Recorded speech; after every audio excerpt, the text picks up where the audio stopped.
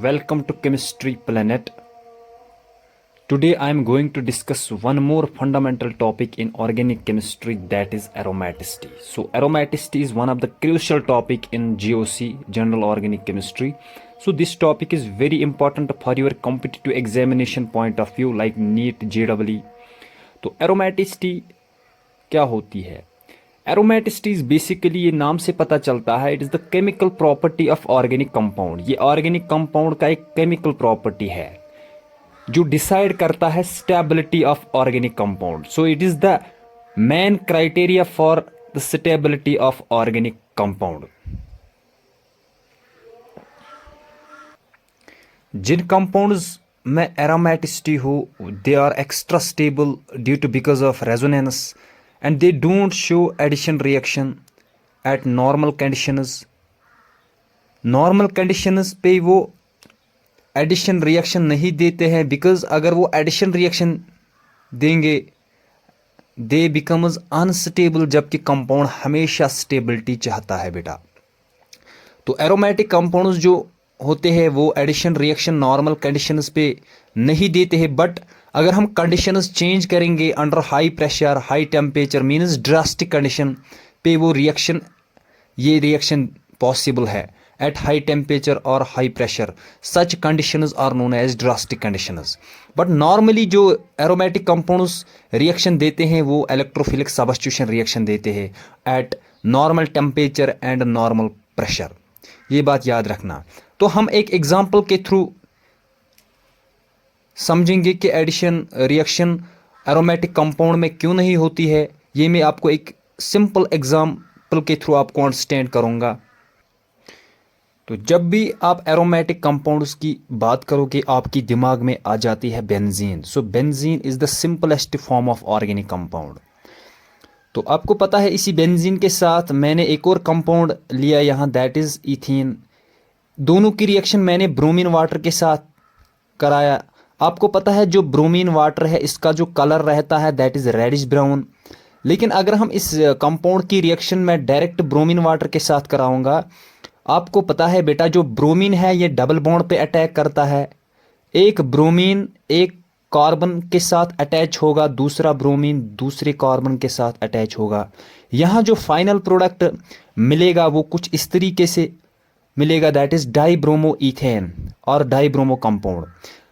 लेकिन before reaction की अगर हम बात करेंगे, बिफोर रिएक्शन ब्रोमीन वाटर का जो कलर रहता है that is reddish brown, and after this reaction इसका जो कलर रहता है that is no colour, means this compound becomes colourless, इसका कलर गायब होता है बेटा।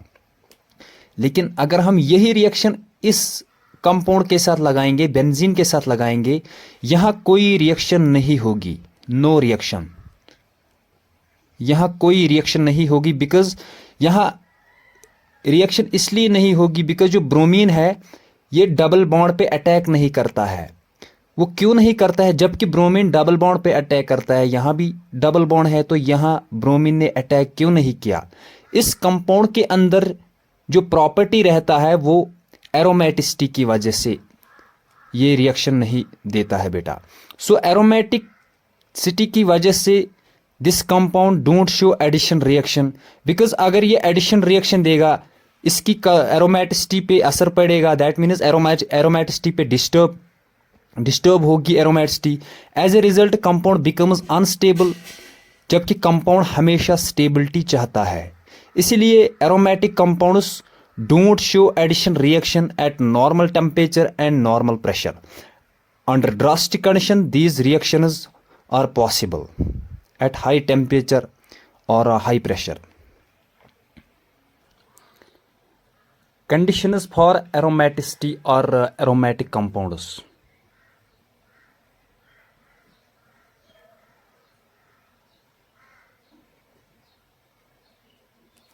तो एरोमेटिक सिटी या एरोमेटिक कंपाउंड्स के लिए कौन सी कंडीशंस होनी चाहिए, यानी एक कंपाउंड कब एरोमेटिक बन जाता है, उसके लिए कुछ कंडीशंस का होना बहुत ज़रूरी है बेटा। तो for a compound is to be aromatic it must be cyclic. Cyclic मतलब कंपाउंड या तो रिंग के फॉर्म में होनी चाहिए, चाहे रिंग 6 मेंबर्ड या 5 मेंबर्ड या 3 मेंबर्ड क्यों ना हो, it must be closed just like this is cyclohexene, this is cyclopropane, this is cyclobutane, this is cyclopentane। तो रिंग हमेशा क्लोज्ड होनी चाहिए बेटा, ये बात याद रखना। चाहे ring 3 membered, 5 membered, 6 membered, 7 membered क्यों ना हो, it must be closed form. दूसरी कंडीशन, तो इससे पता चला जो साइक्लिक कंपाउंड्स होंगे एरोमेटिक के लिए, कंपाउंड साइक्लिक फॉर्म में होनी चाहिए। इससे पता चला ओपन चेन कंपाउंड कभी भी एरोमेटिक नहीं हो सकता, ये बात याद रखना। दूसरी condition, compound must be planar. Planar means compound के अंदर जितने भी एटम्स या मेंबर्स है वो sp2 हाइब्रिडाइज्ड स्टेट में होनी चाहिए। sp2 या कभी कभार sp हम मान के चलते हैं, sp2 स्टेट। तो मैंने आपको ऑलरेडी सिखाया हाइब्रिडाइजेशन कार्बन की, कब sp होगी, कब sp2 होगी, कब sp3 होगी, ये मैंने आपको ऑलरेडी सिखाया केमिकल बॉन्डिंग के अंदर। क्योंकि जब भी कार्बन कार्बन डबल बॉन्ड हो, यहाँ स्टीरिक नंबर 3 रहता है, तो हाइब्रिडाइजेशन sp2 होगी दोनों कार्बनों की। अगर कार्बन कार्बन सिंगल बॉन्ड होगा, hybridisation of each carbon is sp3 because steric number equal to 4। अगर कार्बन कार्बन ट्रिपल बॉन्ड होगा, दोनों कार्बनों की हाइब्रिडाइजेशन sp होगी because steric number equal to 2। तो sp3 में स्टीरिक नंबर 4 के बराबर होते हैं, लेकिन sp2 में steric number equal to 3। But in case of sp hybridisation steric number is equal to 2। That means 1s एक p ऑर्बिटल, एक s 2 p orbital pxy pyz sorry pxpy। sp3 में एक s 3 p orbital pxpy pz। तो इस तरह hybridisation होगी carbon में। लेकिन कभी कभार क्या होता है बेटा, मैं यहां बताऊंगा। कभी कभार कार्बन 3 बॉन्ड्स शो करता है, लेकिन अगर इसके ऊपर पॉजिटिव चार्ज होगा तो at that time we should count all the 3 single bonds, because single bond में सिग्मा बॉन्ड हम इसको एज्यूम करते हैं। तो टोटल सिंगल बॉन्ड्स है 3 मीन्स 3 सिग्मा। तो number of sigma bonds equal to steric number, तो इसमें 3 सिग्मा बॉन्ड्स है, that means steric number equal to 3। Hybridisation होगी sp2, एक s 2 p ऑर्बिटल्स, ये बात भी याद रखना। कभी कभार ऐसा भी हो सकता है कार्बन की 3 बॉन्ड्स होंगे, अगर इसके ऊपर लोन पेयर या नेगेटिव चार्ज होगा, लेकिन अगर ये लोन पेयर लोकलाइज्ड है, मीन्स अगर ये कंजुगेशन में नहीं है, तो इसकी हाइब्रिडाइजेशन हमें मान के चलते हैं sp3। तो एट दैट कंडीशन ये लोन पेयर सिग्मा हम मान के चलते हैं। लेकिन अगर ये लोन पेयर कंजुगेशन में है या रेजोनेंस में है, तब जाके ये लोन पेयर डबल बॉन्ड में कन्वर्ट होता है। तो एज ए रिजल्ट ये डबल बॉन्ड में कन्वर्ट होता है, तो वो सिग्मा बॉन्ड में इन्वॉल्व होता है। तो हाइब्रिडाइजेशन जो रहता है कार्बन की, ये डबल बॉन्ड में कन्वर्ट होता है, हाइब्रिडाइजेशन चेंज होती है sp3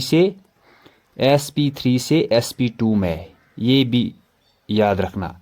लेकिन अगर लोन पेयर डिलोकलाइज्ड हो, तब जाके इसकी हाइब्रिडाइजेशन sp2 होगी। अगर लोन पेयर लोकलाइज्ड हो मीन्स नॉन कंजुगेटेड हो, at that time the hybridisation is set to be sp3, अगर लोकलाइज्ड हो।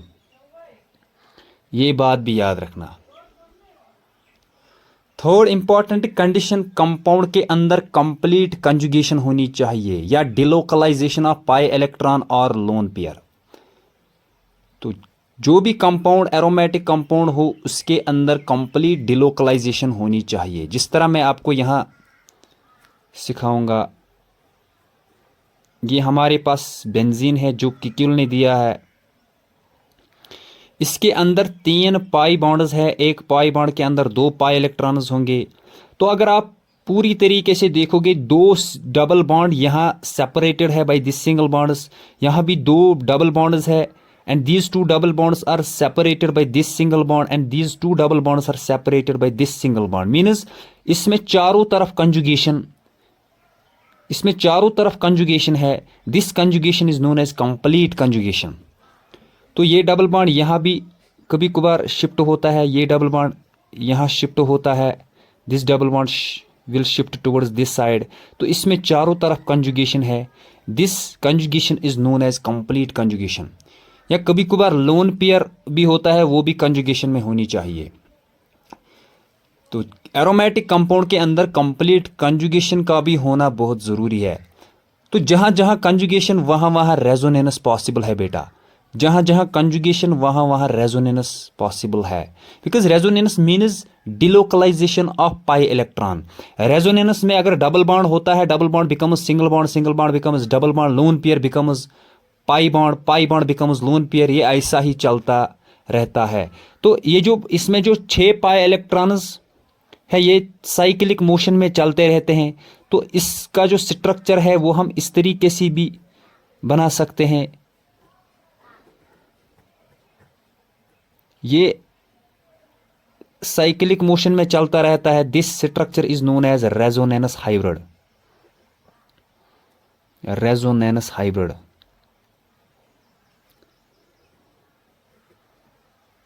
ये भी याद रखना। तो लास्ट इंपॉर्टेंट कंडीशन जो है दैट इज हक्कलस रूल। लेकिन इससे पहले आपको पता होनी चाहिए रेजोनेंस कहाँ कहाँ पे होती है, वो मैं अभी बताऊंगा। देख बेटा, रेजोनेंस कहाँ कहाँ पे हो सकती है। अगर आप इस कंपाउंड को गौर से देखोगे, यहाँ भी कंजुगेशन आपको नजर आएगा, क्योंकि दो डबल बॉन्ड्स के बीच में एक सिंगल बॉन्ड है। दो डबल बॉन्ड्स के बीच में एक सिंगल बॉन्ड है, that means this position is known as alternate position. दो डबल बॉन्ड अल्टरनेट पोजिशन पे होते हैं, लेकिन इसमें कंजुगेशन है, क्योंकि ये डबल बॉन्ड यहाँ शिफ्ट होता है, this double bond will shift towards this side. As a result this structure is known as resonating structure. यहां रेजोनेंस पॉसिबल है। तो अगर हम इस कंपाउंड की बात करेंगे, देख बेटा, लोन पेयर और डबल बॉन्ड के बीच में सिंगल बॉन्ड है, दैट मीन्स यहां भी कंजुगेशन है। ये कभी कभार लोन पेयर यहां शिफ्ट होता है, तो single bond becomes double bond. ये जो डबल बॉन्ड है ये सिंगल बॉन्ड में चेंज होगा, पाई इलेक्ट्रॉन्स यहां शिफ्ट होंगे, तो इसके ऊपर लोन पेयर आएगा। This is known as conjugation. यहां भी देख लो बेटा, पॉजिटिव चार्ज और डबल बॉन्ड के बीच में सिंगल बॉन्ड है, ये इधर शिफ्ट होगा, तो ये पॉजिटिव चार्ज यहां शिफ्ट होगा।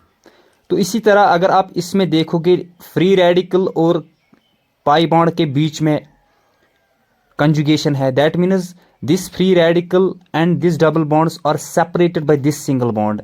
यहां भी कंजुगेशन है, यहां भी कंजुगेशन है। Empty orbital, this is vacant orbital, vacant orbital, vacant orbital और डबल बॉन्ड के बीच में सिंगल बॉन्ड है। ट्रिपल बॉन्ड और डबल बॉन्ड के बीच में सिंगल बॉन्ड है, दैट मीन्स दो डबल बॉन्ड के बीच में सिंगल बॉन्ड होनी चाहिए, डबल बॉन्ड और लोन पेयर के बीच में सिंगल बॉन्ड होनी चाहिए, पॉजिटिव चार्ज और डबल बॉन्ड के बीच में सिंगल बॉन्ड होनी चाहिए, फ्री रेडिकल या डबल बॉन्ड के बीच में सिंगल बॉन्ड होनी चाहिए। Vacant orbital double bonds are separated by this single bond and this double bond and this triple bond is separated by this single bond. अगर आपको ऐसे स्ट्रक्चर देखने में नजर आएगा, तो आप 100% गेस कर सकते हो कि यहां कंजुगेशन है। लेकिन कंजुगेशन में ये नहीं होनी चाहिए। अगर मान लीजिए this is double bond carbon, यहां भी डबल बॉन्ड कार्बन है, तो दो डबल बॉन्ड के बीच में कोई सिंगल बॉन्ड नहीं है, this double bond is known as cumulated double bonds, cumulated double bonds. तो ये रेजोनेंस, यहां रेजोनेंस पॉसिबल नहीं है, तो ये नहीं चलेगा एरोमेटिसिटी के अंदर। या कभी कभार ऐसा भी होता है, डबल बॉन्ड के बीच में, डबल बॉन्ड के बीच में दो सिंगल बॉन्ड्स, दो डबल बॉन्ड के बीच में दो सिंगल बॉन्ड्स है, दैट मीन्स दोनों, जबकि दोनों डबल बॉन्ड्स के बीच में एक सिंगल बॉन्ड होनी चाहिए, लेकिन यहाँ जो गैप है वो दो सिंगल बॉन्ड का गैप है, that means this structure is termed as isolated double bonds, isolated diene. ये भी नहीं चलेगा एरोमेटिसिटी के अंदर।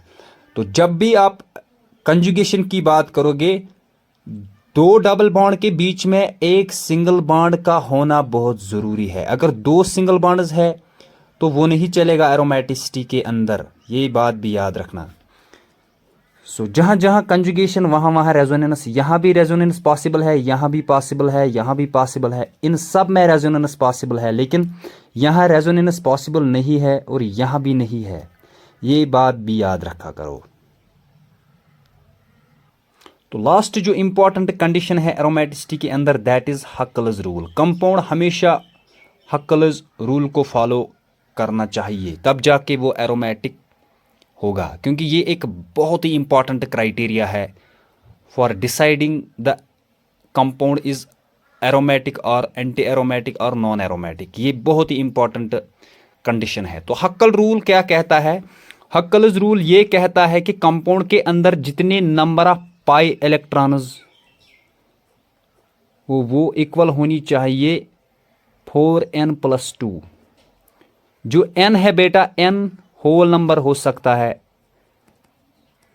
It may be 0 1 2 3 and so on.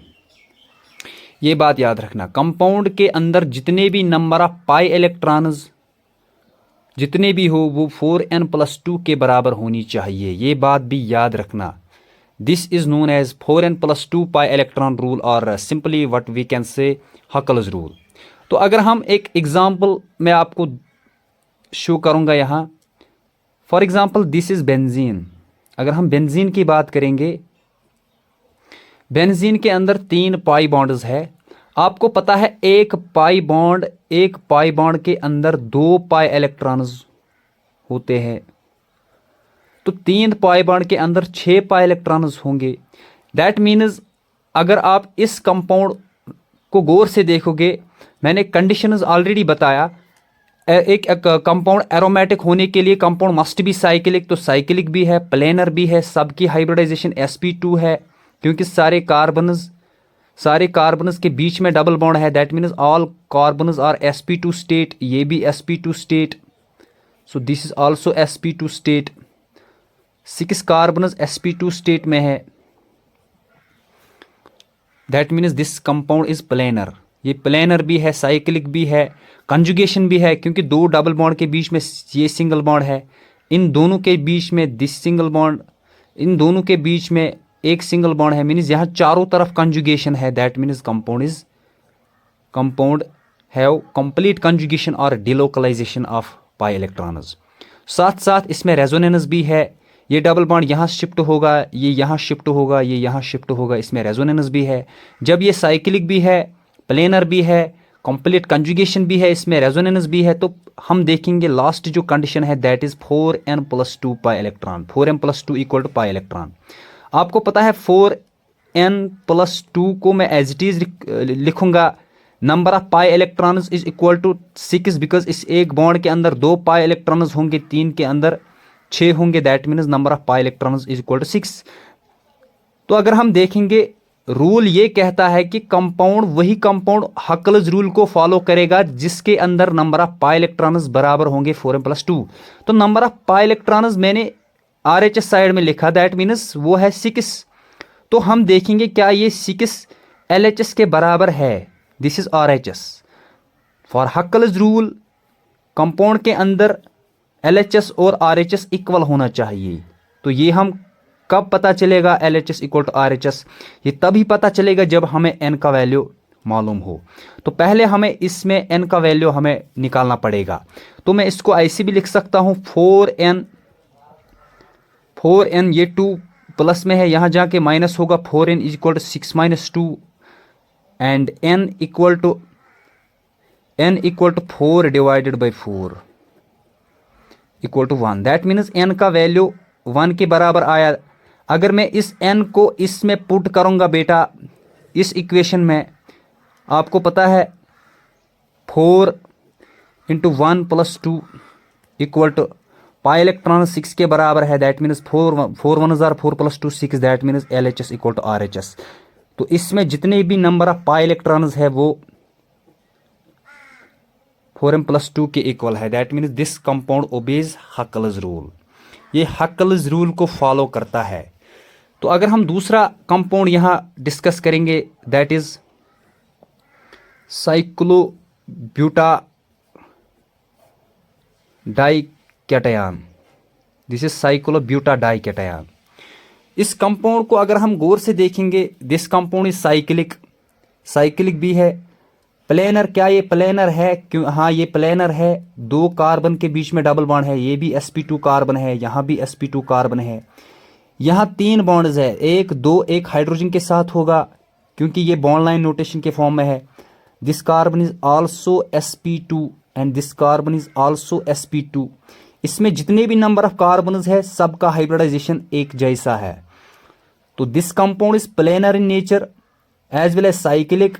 क्या कंप्लीट कंजुगेशन है इसमें? बिल्कुल कंजुगेशन भी है, क्योंकि डबल बॉन्ड और पॉजिटिव चार्ज के बीच में ये सिंगल बॉन्ड है, इस डबल बॉन्ड और इस पॉजिटिव चार्ज के बीच में ये सिंगल बॉन्ड है, दोनों पॉजिटिव चार्ज के बीच में this single bond is here. So compound have complete conjugation, cyclic भी है, प्लेनर भी है।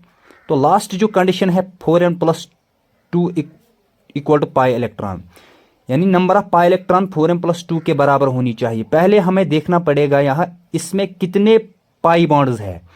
जितने नंबर ऑफ पाई बॉन्ड्स होंगे उसको 2 से मल्टीपल करो। इसमें 1 पाई बॉन्ड है, 1 को 2 से मल्टीपल करो, that is equal to 2। That means इसके अंदर 2 पाई इलेक्ट्रॉन, ये 2 पाई इलेक्ट्रॉन सिस्टम वाला कंपाउंड है। That means 4n+2 equal to 2।